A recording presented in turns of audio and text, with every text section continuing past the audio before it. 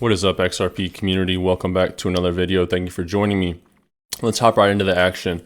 So here I have a tweet from the head Ripple General Counsel, Stuart Alderoty. He demands that FTX should immediately demand the SEC stop spending taxpayer money on its tag-along case against SBF, since they only seek to recover on their behalf. So the SEC is going after FTX, the exchange that failed and lost billions of users' money.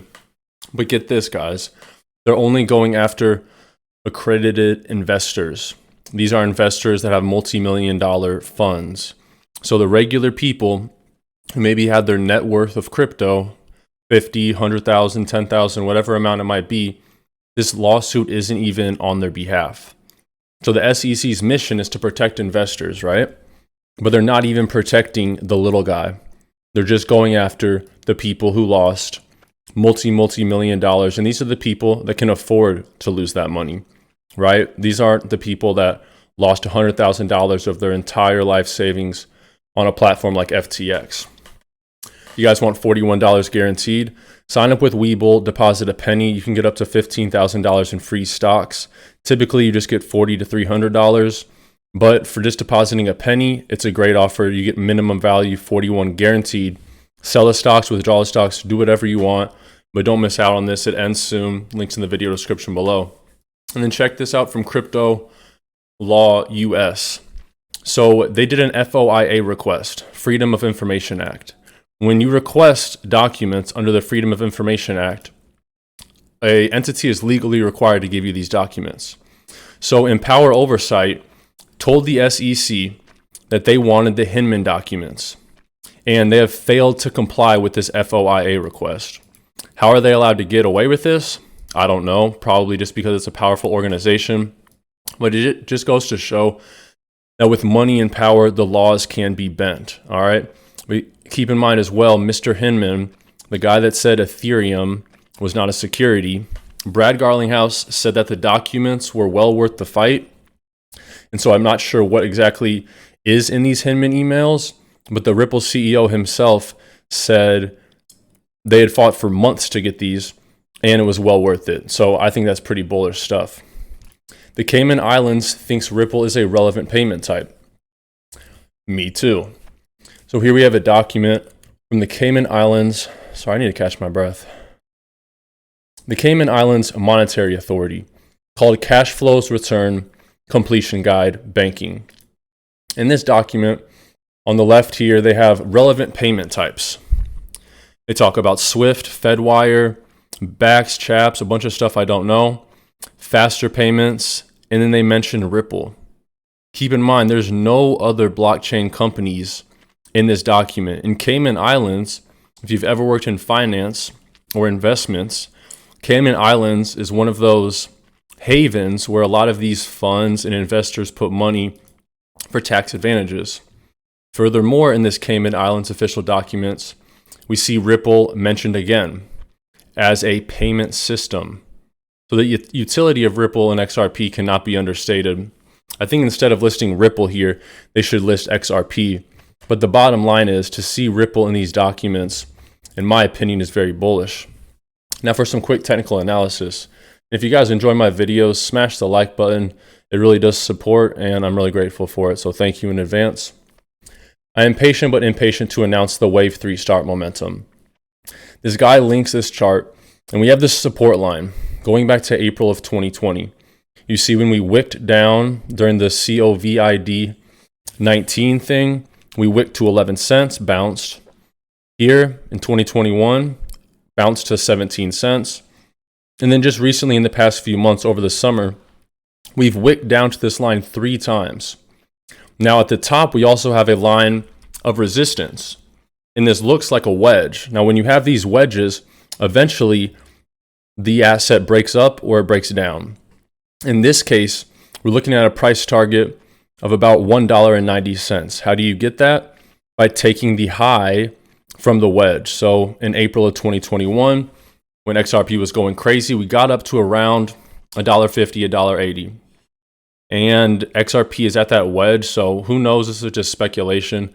Sometimes charts can lie, but it just gives you a more calculated guess on where the asset's going. check this out right here. The founder of TechCrunch stated the following about Ripple and XRP. We moved $50 million worth of XRP into our company in 3 seconds, and it costs 30 cents. There's no way to do that with fiat or Bitcoin. Or Ethereum. Ethereum, the transaction fee would be a lot higher, and it would probably take you some minutes. And this is the value proposition of XRP.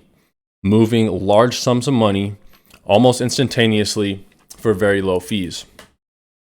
Here we have the CEO of PolySign, all right? And he says, we absolutely look to partner with Ripple and the holders of XRP in the future. PolySign, look it up if you haven't already, a very reputable company. And not just PolySign, remember that Brad Garlinghouse, CEO of Ripple, mentioned that Bank of America is ready on the sidelines to use XRP. He said this recently at the Ripple Swell conference. It's a conference Ripple has every year talking about their products.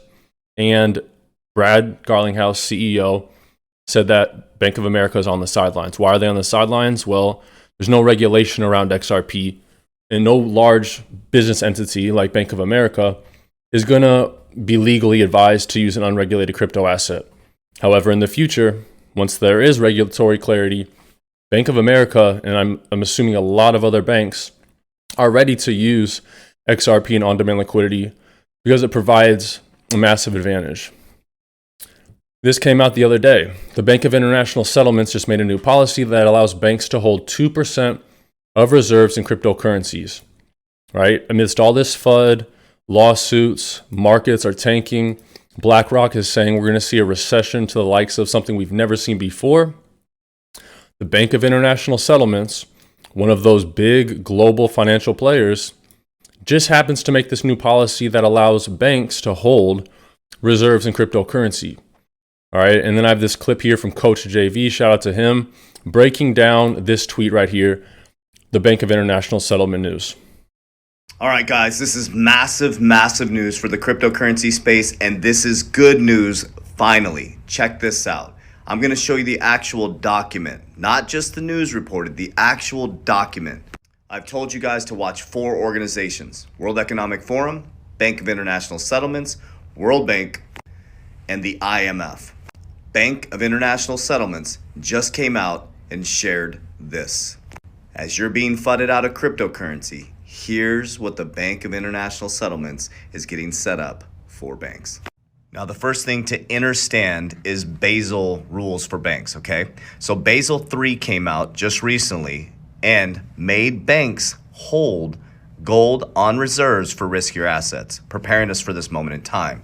Well, the BIS just came out with this document December 2022. That's the Bank of International Settlements.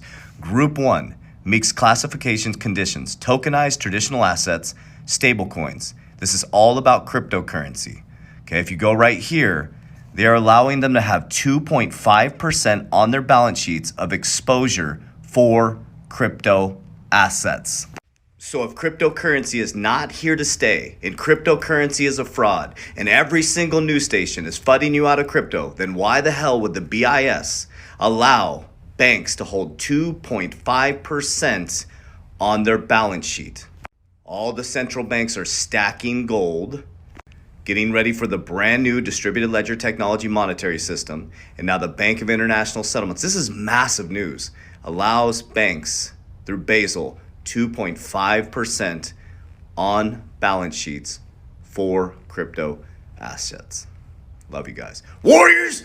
So I'll be reporting this. Thank you guys for watching. If you made it to the end of the video, comment Ripple below so I know you finished. It really supports the video when you do that. And I hope you have a great start to your week tomorrow. God bless you guys. Take care of yourselves. Take care of your families. Until next time.